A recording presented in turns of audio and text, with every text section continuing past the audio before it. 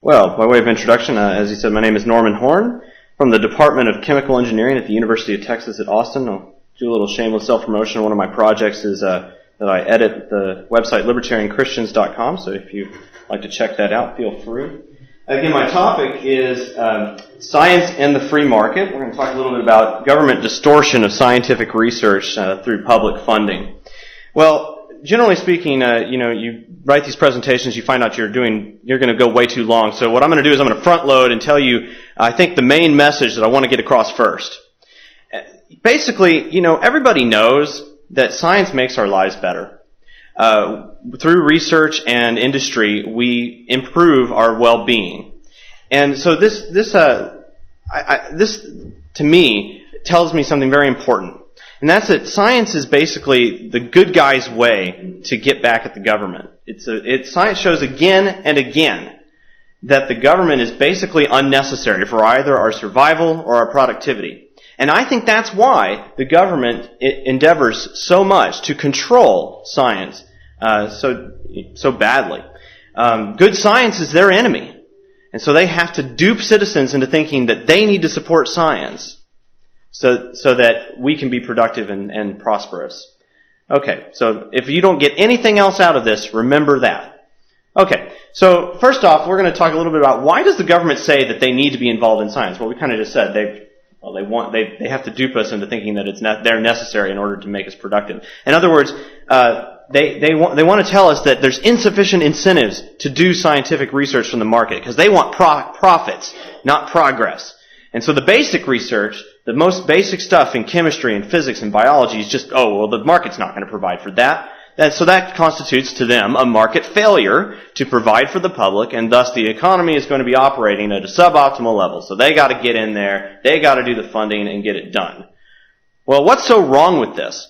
Well, the nature of the state-sponsored science that we see all throughout the economy itself is problematic at best, and I think it's outright deceptive at worst. And we'll talk a little bit about how that happens. And there's basically the problem of socialism, and then there's other problems that kind of enter into the equation. After that, what I'm going to do is I'm going to talk about a free market model for scientific research and kind of explain why their argument that there are no incentives and that the market's not going to do it is just flat wrong. And so we'll talk a little bit about how science actually advances and then give you a little bit of a model for how scientific research progresses. Now, everybody here is pretty familiar with Mises and Rothbard and Hayek, and so you know what I'm going to say about socialism. That there are no rational means of economic calculation. That's the calculation problem. And Hayek had talked about how knowledge is distributed in a society. It's not centralized into the state apparatus. And so you could expect that they're not going to be able to make very good decisions about such things. Now, mind you, I'm not saying that what's going to happen is that all science that comes out of the state-sponsored science is flawed and wrong and, in terms of correctness. There will be correct science that will come, but there will be distortions. Okay.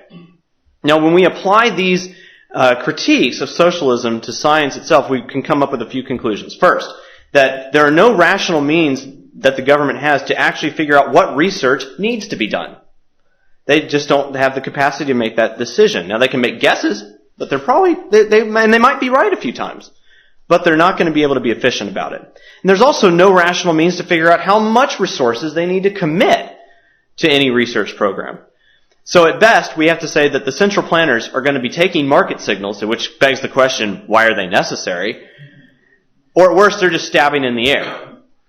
Okay. So the fundamental problem that leads from this is that the government is effectively the controller of what is researched.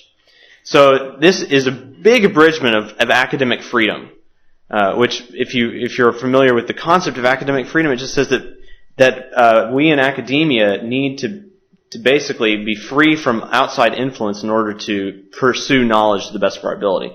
Now that's not entirely accurate. They're never going to be free from influence. We'll talk about that later. But basically, the power of the purse that the government holds over scientists has a great influence on how things are going to work. And it's naive to just assume that the government is going to be a neutral third party to the situation. I mean, it isn't like they're neutral in anything else, right? Okay.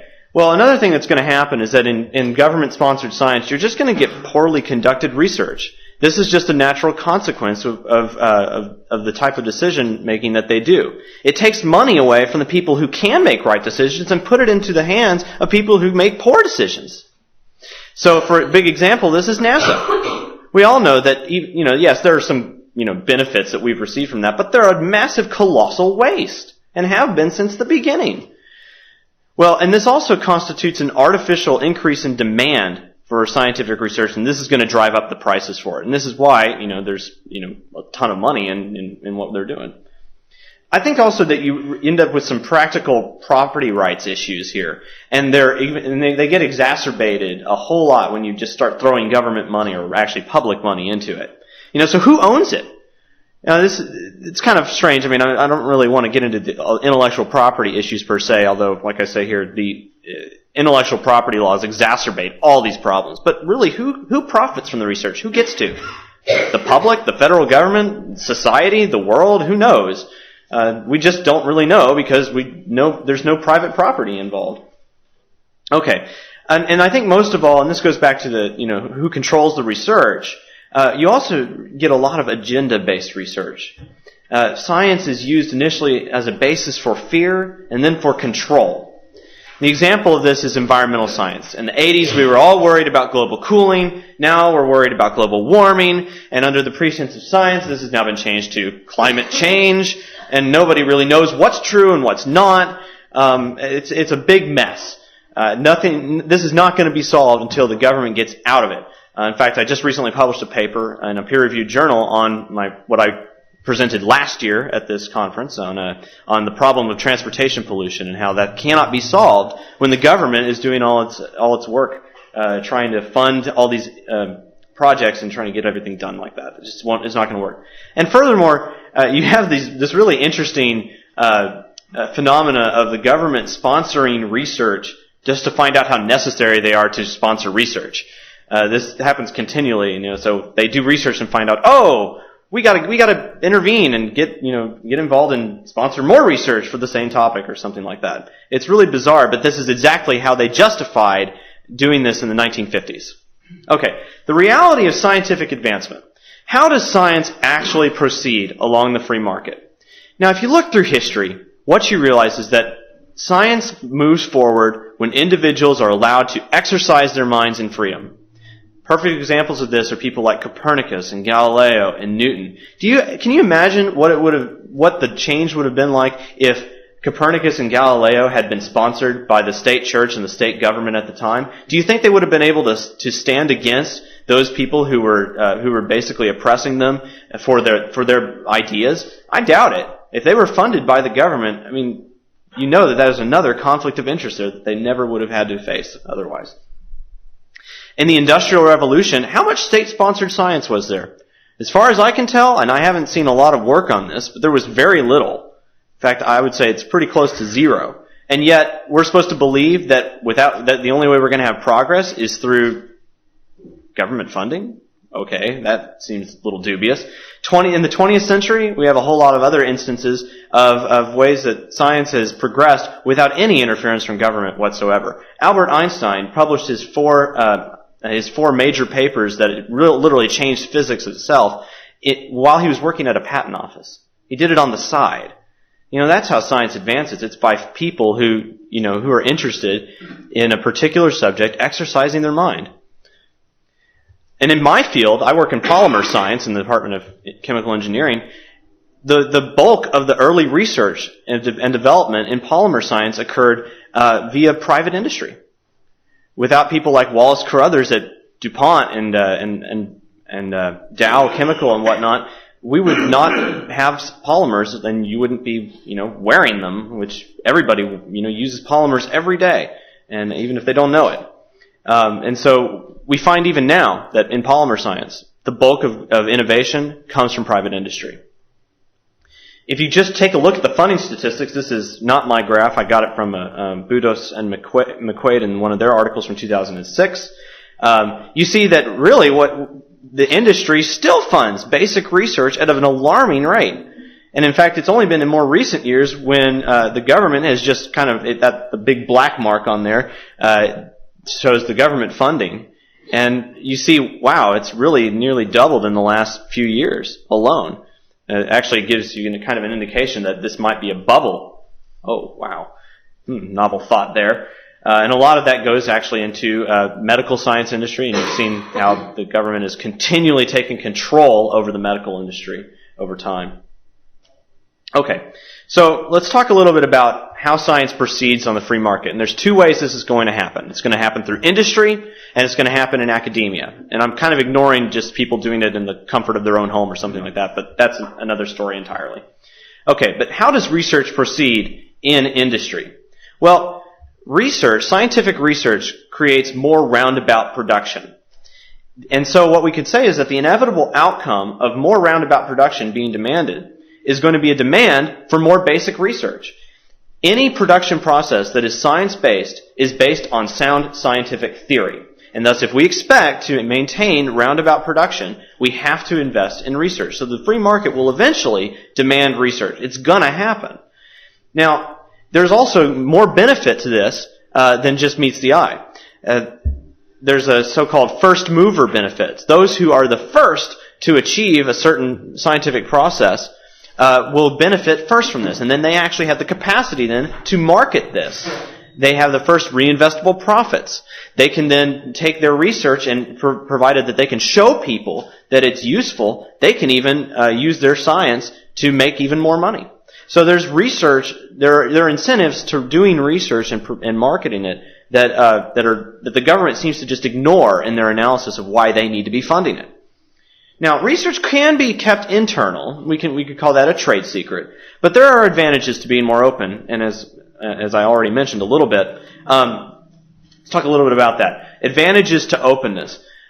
Scientific contributions are an enhancement to a firm's public image. 3 minutes? Okay, great. All right, well, I'll have to jump in a little fast here. So they're just like charitable donations, and it is going to attract the goodwill of consumers and scientists, and it will attract top talent for their company. Because if a firm is open and people see that, if students see that, they're going to come and work for them. Okay. There also will be new business opportunities because implementation of research is a different thing than the research itself. And they may have the ability to implement research that it goes beyond that which the research alone has. So there are things like that. There's also a very interesting phenomenon that we've seen in research consortium development. And a good example of this is the Semitech Corporation in Texas, where we have 14 corporations. The biggest semiconductor companies in the world are joining together, doing voluntarily and doing research together for their mutual benefit. Okay, jumping quickly to academia, and we'll summarize after this. There are a lot of different funding sources that can go into research. I'm going to talk specifically about the final two that you see on this slide, business donations and contracted projects. What are the business incentives to donating to science? Well, first of all, there's, again, charity and public image. That is almost like direct advertising to them. There could also be tax breaks for university donations, and so that could actually be a good thing that, government could do, is get rid of taxes on university donations. And then also it's going to attract talented students to them because they do this all the time already. Also, I think a bigger idea was the idea of just contracted projects. Researchers are then free to negotiate terms on contracted projects. So, for instance, Richard could come to me and say, hey, I got this problem and I need you to solve it. And so you can pay me to solve that research project. And then, you get the benefits of the research. I get the benefit of profits retained. And so that's an enhancement of the division of labor. And what's really cool about this is that you could say that this rewards success and not publications. A lot of you may hear the term publish or perish. Well, that's sort of the mantra in academia a lot. And this rewards success, not publications. I guess I'm going to skip this. Well, I'll just briefly touch on this slide. Ultimately, what I'm trying to get across here is that when we go with this idea, this free market model where I'm only receiving donations that are private, or that I'm doing research for other companies in order to maintain, in order to produce something of value for them, and then I retain the profits to do my own personally interested research. I'm in control of the research program and not the government. Everything done is voluntary. So that's a big thing for me. And so I would like to just really emphasize that I control the research program, not the government. And so we get out of this idea that the government is the ultimate in control. So here's the conclusions. Publicly funded research is socialistic in nature, should be eliminated, rah-rah. The free market is fully capable of supporting research, and then I've just proposed to you a model for scientific research in industry and academia. And so finally, I just want you to remember again why government wants to control science. If they control it, they have a means of controlling everyone. And because science is very integral to our society. And with that, I will leave it up to questions. So thank you.